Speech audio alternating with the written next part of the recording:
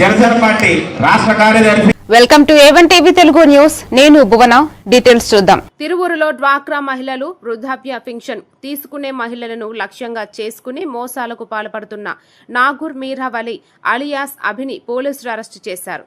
Bank ఉద్యోగిగా నటించి నకిలీ స్లిప్పులు, సీల్స్తో 93,000 నగదు కాజేసినట్లు పోలీసులు గుర్తించారు. సీసీటీవీ ఫుటేజీలు, బ్యాంకు రికార్డుల ఆధారంగా నిందితుడిని పట్టుకుని 1.52 లక్షల స్వాధీనం చేసుకున్నారు. నిందితుడిపై రాష్ట్ర వ్యాప్తంగా 37కు పైగా కేసులు ఉన్నట్లు పోలీసులు వెల్లడించారు.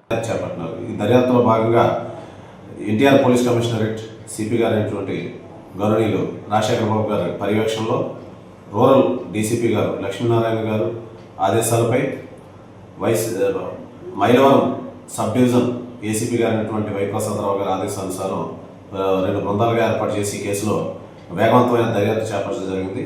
ఈ సందర్భంగా ఈ రోజున ఉదయం 11 గంటల సమయంలో తిరువూరు బస్టాండ్ వద్ద షేక్ నాగూర్ మీరావలి ఇతను స్టేషన్లో డ్వాక్రా మహిళల దగ్గర నుంచి, అదేవిధంగా మండపేటలో వృద్ధాప్య పెన్షన్ తీసుకున్న మహిళల దగ్గర నుంచి కూడా ఇదే తరహాలో నేరం చేయడం జరిగింది.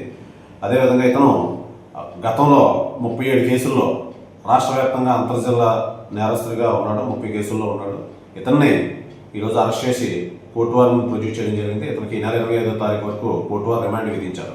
ఈ సందర్భంగా ముఖ్యంగా డ్వాక్రా మహిళలకు, వృద్ధాప్య పెన్షన్ తీసుకున్న మహిళలకు మా పోలీసు వారి నుంచి తెలియజేయడం కనుక గుర్తు తెలియని వ్యక్తులు ఎవరన్నా మీ దగ్గరకు వచ్చి సహాయం చేసే నెపంతో కనుక మీ దగ్గర నుంచి నగదు తీసుకోవాలని ప్రయత్నం చేస్తే అటువంటి వారికి మీరు నగదు ఇచ్చి మోసపోవద్దు. అటువంటి వ్యక్తులు ఎవరైనా తారసపడినట్లయితే వెంటనే పోలీసు వారికి తెలియజేయవలసిందిగా